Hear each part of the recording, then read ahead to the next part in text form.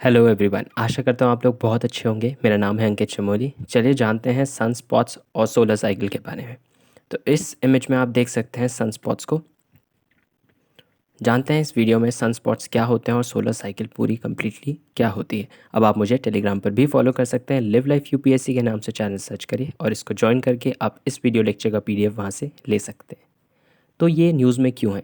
देखिए, क्योंकि रिसेंटली एक मैसिव सनस्पॉट ग्रुप जिसका नाम रखा गया था AR2770 was recently detected and has emitted minor space फ्लेयर्स। तो इस वीडियो में हम पूरा कवर करेंगे सोलर साइकिल क्या होती है, सनस्पॉट्स क्या होते हैं और सन फ्लेयर्स या स्पेस फ्लेयर्स क्या होती हैं। तो सनस्पॉट्स क्या है? देखिए, सनस्पॉट्स की इमेज मैंने आपको स्टार्टिंग में ही दिखाई थी वीडियो के। ये क्या होते हैं? देखिए, these are as large, sometimes as large as 50,000 kilometre in diameter, are areas that appear dark. ये जो दिखते हैं ये डार्क दिखते हैं on the surface of the sun, dark spots जैसे कि हमने देखा था। एंड दे अपीयर डार्क, क्योंकि ये डार्क इसलिए दिखते हैं क्योंकि ये कूल होते हैं, cooler than the sun's surface. तो ये सन की जो सतह होती है उससे इनमें ज़्यादा ठंडक होती है, मतलब ये ठंडे होते हैं सन की सरफेस से। अब हम बात करें ठंडे होने से, इसका मतलब ये नहीं कि इनका टेम्परेचर नहीं है।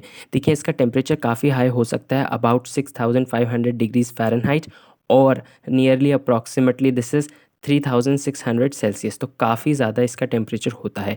एक आपसे पूछा जा सकता है कि फोटोस्फीयर क्या होता है? तो फोटोस्फीयर बेसिकली एक जो सन का विजिबल सरफेस होता है जहाँ से सन अपनी एनर्जी, अपनी लाइट को एमिट करता है और जो अर्थ तक पहुँचती है उसको हम फोटोस्फीयर कहते हैं। हिंदी में आप इसको ज़्यादा अच्छे से समझ पाएंगे, फोटोस्फीयर जिसको हम हिंदी में बोलते हैं प्रकाश मंडल। तो जो सन का प्रकाश मंडल होता है वही हमारा फोटोस्फीयर कहलाता है। तो अब हम इसकी अगर बात करें, ये ठंडे क्यों होते हैं? क्योंकि जो सनस्पॉट्स होते हैं, बिकॉज ये फॉर्म करते हैं areas where magnetic fields are particularly strong. और जब मैग्नेटिक फील्ड्स इतने स्ट्रॉन्ग हो जाते हैं, वो बहुत ही ज़्यादा स्ट्रॉन्ग हो जाते हैं और वो हीट को अपने से दूर रख सकते हैं और हीट को सन की सरफेस तक पहुंचने से दूर रख सकते हैं। तो इस समय जो मैग्नेटिक फील्ड होती है वो काफ़ी ज़्यादा हो जाती है and is about 2500 times stronger than the earth surface. So काफ़ी ज़्यादा मैग्नेटिक फील्ड इन एरियाज में होती है। अब सन और मैग्नेटिज्म की बात करें तो देखिए, सन में मैग्नेटिज्म कैसे है? सन बेसिकली जनरेट करता है electric currents because of its nature. अब उसका सन का जो नेचर है वो एक मैग्नेटिक डायनामो के थ्रू काम कर रहा है, जो कि कुछ समय बाद अपने पोल्स चेंज करता है। So these electrical currents are generated by flow of hot ionized gases in the sun's convection zone। ये आपने अर्थ के मैग्नेटिज्म में भी पढ़ा या समझा होगा। अगर हम सन की अर्थ, जो सन का मैग्नेटिक डायनामो है उसकी बात करें तो ये 22 ईयर्स की साइकिल होती है, जिसमें first half of the cycle में ऐसा होगा। देखिए, मान लीजिए सन है तो सन का जो ये वाला सरफेस है ये हम मान लेते हैं इसका मैग्नेटिक नॉर्थ और मैग्नेटिक साउथ। और एक तो इसका नदन, अपना जो नदन हेमिस्फीयर है वो तो है ही और सदर्न हेमिस्फीयर भी है ही। बट अगर हम बात करें, यहाँ पर हमने लेबल करा है इसका मैग्नेटिक नॉर्थ और मैग्नेटिक साउथ। तो हर 11 साल में क्या होता है, ये पोल्स चेंज हो जाते हैं। That is this becomes south and this becomes north. Magnetic poles की मैं बात कर रहा हूँ, ये नदर्न हेमिस्फीयर ही रहेगा और ये सदर्न हेमिस्फीयर ही रहेगा। तो ये जो चेंजेस होते हैं ये हर 11 वर्षों में होते रहते हैं, ये फ्लिप होता रहता है मैग्नेटिक पोल्स। इस इमेज में आप ज़रा ध्यान से इसको देख पाएंगे तो जो ये हाफ साइकिल है 22 ईयर्स की, इस इमेज में यहाँ पर कवर होती है।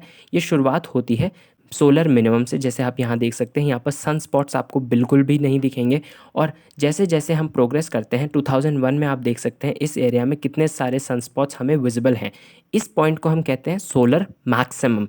तो सोलर मैक्सिमम के बाद फिर ये साइकिल धीरे धीरे घटना शुरू होती है और हम वापस से पहुँच जाते हैं सोलर मिनिमम पे, जो कि आप इस इमेज में देख सकते हैं, which occurred in 2006। So this is the concept of solar sunspots. अब हम बात करते हैं पेनम्ब्रा और अम्ब्रा की। देखिए, ये काफ़ी बार पूछा जाता है पेनम्ब्रा और अम्ब्रा रीजन। बेसिकली आप इसको ऐसे देख सकते हैं कि जो लैंप होता है, जब लैंप लिट होता है तो लैंप के इर्द गिर्द जब से जहाँ सबसे ज़्यादा डार्क होगा उसे हम अम्ब्रा बोलेंगे, और जहाँ सबसे मतलब जो डार्कनेस से थोड़ा सा, जहाँ थोड़ी रोशनी पहुँच पा रही है उसे हम बोलते हैं पेनम्ब्रा। तो ऐसे ही सन के केस में आपको ये रीजन अम्ब्रा जो सबसे डार्केस्ट होगा और पेनम्ब्रा जो उसके इर्द गिर्द का रीजन होगा, तो उसे हम अम्ब्रा और पेनम्ब्रा बोलते हैं। अब हम बात करते हैं सोलर फ्लेयर्स की। तो सोलर फ्लेयर्स क्या होते हैं? देखिए, the magnetic field lines near sunspots often tangle and cross and reorganize. This can cause sudden explosion of energy called as solar flares. तो जो हमने मैग्नेटिक फील्ड लाइंस की अभी बात करी थी, जो सनस्पॉट्स के काफ़ी ज़्यादा करीब होते हैं और उस समय बहुत ज़्यादा मैक्सिमम मैग्नेटिक फील्ड होता है, तो बहुत बार क्या होता है जब ये अपने आप जब सोलर साइकिल्स चेंज होती हैं, जैसे कि हमने अभी बात करी थी, तो उसके कारण इसमें बेसिकली एक्सप्लोजन ऑफ एनर्जी होता है, जिसको हम बोलते हैं सोलर फ्लेयर्स। तो जो सोलर फ्लेयर एक्सप्लोजन होता है, अगर आप इसकी तीव्रता देखना चाहेंगे तो ये बहुत ही ज़्यादा मतलब डेंजरस होता है, and it is equivalent to a trillion little boy atomic bombs dropped on Hiroshima Nagasaki in 1945। तो आप इनकी इंटेंसिटी देख सकते हैं कि काफ़ी ज़्यादा इंटेंस ये सोलर फ्लेयर्स होती हैं। तो सोलर फ्लेयर्स से ऐसा प्रॉब्लम क्या है, जैसे हमने वाई इन न्यूज़ में अभी जाना था, तो सोलर फ्लेयर्स बेसिकली क्या होता है, इसमें बहुत सारी एनर्जी और रेडिएशन रिलीज होता है। उससे क्या होता है, देखिए, solar flares are very powerful enough and can disrupt satellites को ख़राब कर सकता है, रेडियो ट्रांसमिशन को बंद कर सकता है, और more severe can cause geomagnetic storms that can damage transformers in power grids. तो काफ़ी ज़्यादा ये नुकसान पहुंचा सकते हैं हमारे इलेक्ट्रिसिटी को और बहुत सारे इक्विपमेंट्स तक को, ये बहुत ज़्यादा नुकसान पहुंचा सकते हैं अगर सोलर फ्लेयर्स की इंटेंसिटी काफ़ी ज़्यादा होती है। तो सोलर फ्लेयर्स के साथ साथ हम एक और टॉपिक इसमें देख लेते हैं, coronal mass ejection.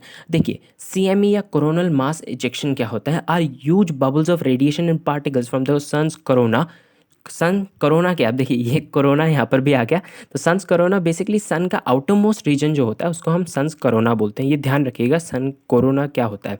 So they explode into space at very high speed when the sun's magnetic field lines suddenly reorganise. तो ये एकदम से एक्सप्लोजन होता है जब सन की मैग्नेटिक फील्ड लाइंस बदलती हैं, और इससे क्या होता है, intense light in the sky on earth called अरोरास। ये आपने देखा होगा, बहुत ही सुंदर दृश्य होते हैं, आपने इमेजेस में इनको ज़रूर देखा होगा।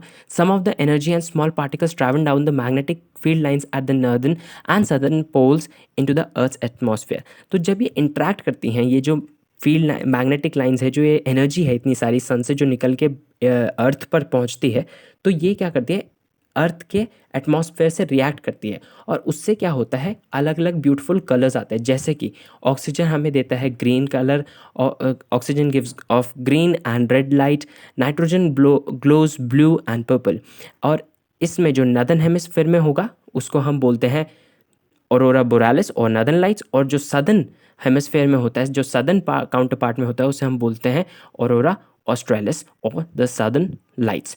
सो this was all about the sun spots, जिसमें हमने जाना सन साइकिल क्या होती है, सन साइकिल की ड्यूरेशन क्या होती है। आई hope you enjoyed this video, thanks for watching. आप इस इमेज में और ध्यान से देख सकते हैं कि ये कैसे काम कर रहा है। सो this is how the thing works. यहाँ से जैसे सन है और ये सोलर विंड्स यहाँ से आ रही हैं, and this is all the setup जो हमने अभी पीछे डिस्कस किया। I hope you enjoyed this video, thanks for watching, take care, until next time, bye bye.